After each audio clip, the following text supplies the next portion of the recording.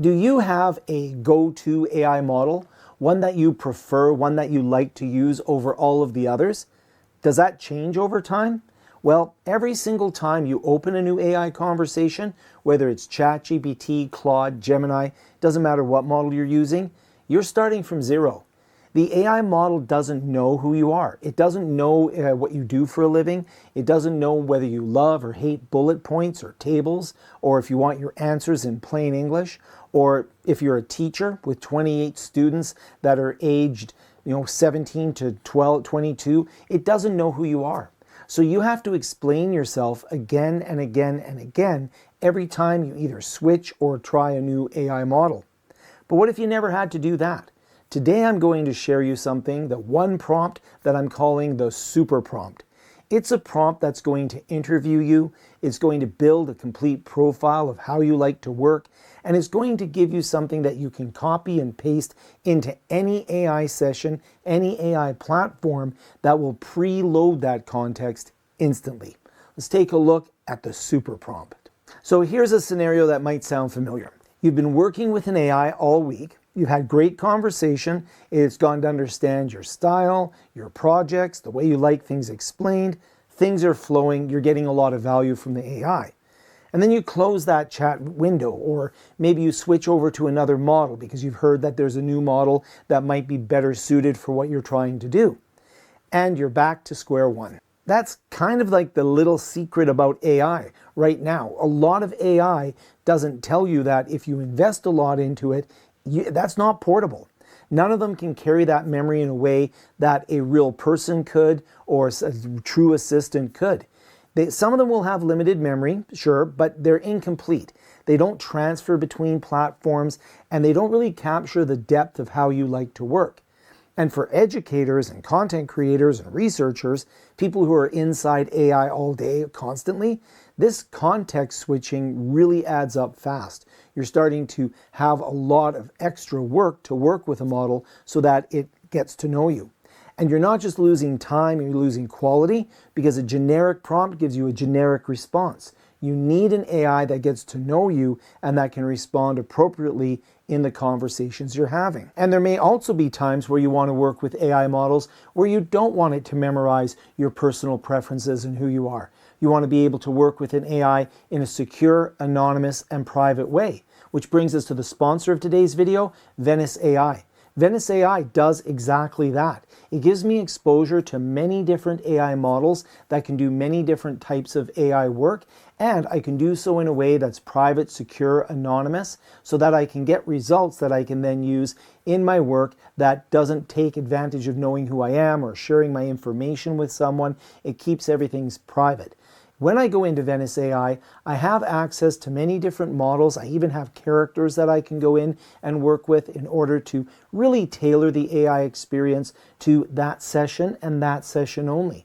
I can, of course, use the super prompt within Venice AI in order to tailor the experience, but I can also have privacy, security, and have an anonymous session with AI if I like. Thank you, Venice AI, for sponsoring today's video and supporting the channel. You can check them out below at the link, or you can use the QR code directly to go to Venice AI and try them out for yourself. So here's the concept behind what I'm going to call the super prompt.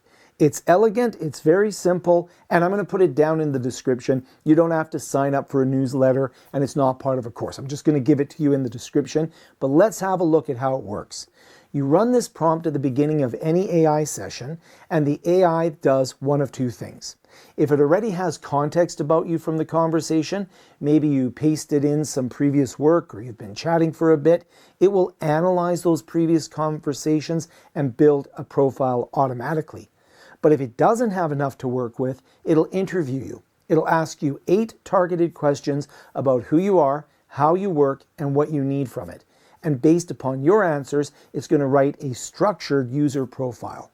That profile will cover things like your role, your primary use cases for AI, your communication style preferences, your expertise level across different areas, your current projects, and your standing rules, things that you always want the AI to do, and the things that you never want it to do. Once you approve the result, the AI will lock it in for that whole session. But here's the part that makes it a super prompt. It also exports a clean, portable version of your profile that you can then paste into any future AI conversation on any platform. So you can instantly reload all of your content and the way that you prefer to work.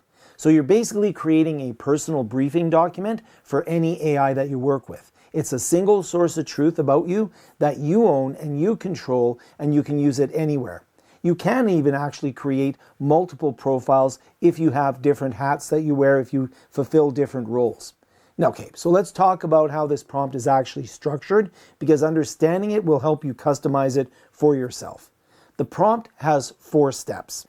Step 1 is analysis. The AI will look at whatever context exists and try to build a picture of you. If there's enough there, it will skip ahead, and if not, it will move on to step 2. Step 2 is the interview. 8 questions, and those questions are going to do some real work for you. They're not just asking your name, they're asking about your use cases, your formatting preferences, and what you want, what you never want, and things that actually help it shape a response that meets your level of quality. Step 3 is the profile, and I was deliberate about the categories here. You've got your role, use cases, communication style, expertise level by area, current projects, and then 2 critical sections. Your standing preferences, the things that you always want, and this is where the AI gets its operating rules, and the things you don't want, so the always and the never. The next step is the export. The AI presents the profile, asks you to confirm it, and then gives you the opportunity to create a portable copy wrapped in clear markers so that you can paste it into any future session. The whole thing is written in plain language so that any AI model can parse it correctly. No special syntax is required. It works with ChatGPT, Claude, Gemini, Copilot. I've tested it across all of these AIs. I'm going to use the super prompt. So here I am in my AI. I've got Venice AI open. I'm going to paste my prompt in here. I can choose whatever model that I might like to work with. So let's say, for example, I want to work with Gemini 3.1 Pro. So we'll go ahead and do that. With this prompt here, you can see that it's going to set the context of making my AI a personalized digital assistant. Step 1 is to analyze to see if there's anything there already. Then it's going to interview me. When I execute this prompt, it's first going to take a look to see if there's any history on me, if it understands anything about the way that I like to work. Now, this being Venice AI, it's going to come back as nothing. It's the very first interaction. It sees that because it's private. If I put this into something like ChatGPT or one of the tools that I'm subscribed to, it may have found a lot of my history there and then adjusted accordingly. So now it's going to go through. There's 8 questions in here. So what I could do is I could just answer these 8 questions to give it an understanding of who I am. I'll just go ahead and do that. I'll pause the video and put those answers in. I've gone through and I've answered the questions. I've told it how I like the AI to behave. I've told it my role as a YouTube content creator, what I'm trying to create content about, and it's gone through and set up an entire draft of my personalized user profile. So I can go into this profile, verify that this is exactly what I would like it to do. I could go in and add anything that's missing or inaccurate. I could go in to add additional information of how I'd like things to work, but I'm pretty good here, and I'm going to look at generating it into an exportable block that I can put into chat. So I'm going to say export or create an exportable block. And this is going to allow me to save it either in Notion or in my notes, whatever I use in order to keep track of all the documents and such I have. So I'm going to have this nice block in here. So now I have this here, and I'm going to be able to work on the specifics. So I can go in here, you see my profile in here, so I can start my profile in here. I can have all of the content in here. You can see that it begins with a start of my AI profile. It ends with an end of my AI profile. And now if I go into a fresh new chat, and I'll just choose a different model in here. So we'll go into a chat, we'll start a new chat. And instead of Gemini, maybe I want to work with Claude Sonnet. So I want to work with Claude Sonnet. I'm going to go ahead and paste in my profile. I'm going to give this session my profile. It's going to know who I am. And now when I start interacting with the AI, it's going to have this context for me. So I'm going to be able to have all of my parameters in here. And now I could ask it a question such as, what should the thumbnail for this video be? And we'll see if it comes up with something that I like, right? I shouldn't say this video, for a video on AI prompts be. And so we can put that in there. Obviously, the better information I put in, the better results I'll get. So this is for the video. I'm being a little bit brief. I would want to have much more in there. And that's also where voice comes in, if you use the voice features in here. But you can see here, it's talking about this, and it's all done in step by step. It's done in bullet points, which I indicated that I like. It is done without saying great idea. So it's not being satiating to me. It's not trying to be my friend. It's just trying to give me good information. And I could also go and look at how it behaved based upon my profile. And this can be brought to any AI that I'm using. Now, it can also be really interesting to use the super prompt on an AI that you've used extensively. So we have a computer at home that we share, and a lot of people will use the ChatGPT account we have. So we'll get a really mixed up profile here that includes all of the information in here. So I go in here, I'll execute this prompt, and instead of saying, I don't know anything about you, it's actually going to use the ChatGPT history to go in, and it'll look for the types of things that it noticed about me. So you can see here, this is pretty interesting. I can go through and see if this actually does capture who I am, and it's not too bad actually, but you can see that it avoids fluffy encouragement. So there's a few things in here that it did capture. I might still want to go through the interview and tailor it exactly to the profile that I wish I had and that I want. Now, of course, what I recommend is that you save the results of running that interview, save the results of your super prompt so that you can then use it in different AIs. But you could also go through that interview process more than once. So you could run the super prompt a few times, and maybe you have different personalities for different things you do. So for example, during the day, I have my day job. I do a lot of work with AI as an AI project lead. And then when I'm working on the weekends and evenings, then I'm a YouTube content creator. I haven't gone full time on YouTube. So the idea is that I do live in both those worlds, and I also have hobbies. So I could go through and have different personas, different objectives, depending on the different things or aspects of my life that I'm interested in working with AI to improve, without them getting connected or muddled up. It's also really useful if I have an AI account, and let's say, for example, I want my wife to be able to use my AI account in order to generate some information on topics that she's interested in.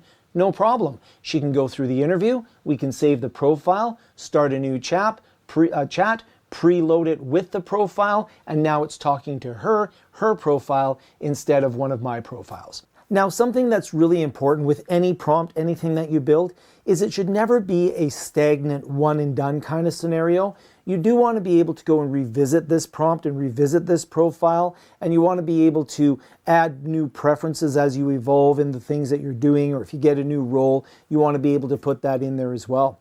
And if you have certain AI models that have persistent memory, you could put this into the persistent memory of those models, so it'll always be there as a profile to help you get your work done.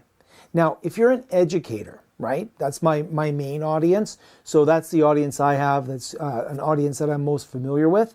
Then you're probably using AI in more ways than any other professional. You're using it for lesson planning, differentiation, writing rubrics, generating discussion questions, providing feedback on student work, building presentations to support you in those activities.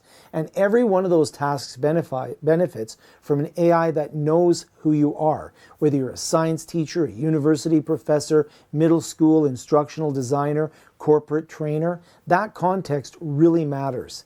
And for content creators and researchers, you're switching between AI modes constantly, trying to find the best tool for each job. So this prompt means that you don't lose yourself as you're making those switches. It's about consistency. It's about getting a better output by giving the AI a better foundation to generate that output. You get to own your own content. You get to own who you are in the tool rather than have the tool build it for you. So that's a great reason to use the super prompt. The super prompt is in the description below. The full version, ready to copy. You can go grab it, run it. Let me know in the comments what your profile looks like. I'm genuinely curious to see what categories you end up with.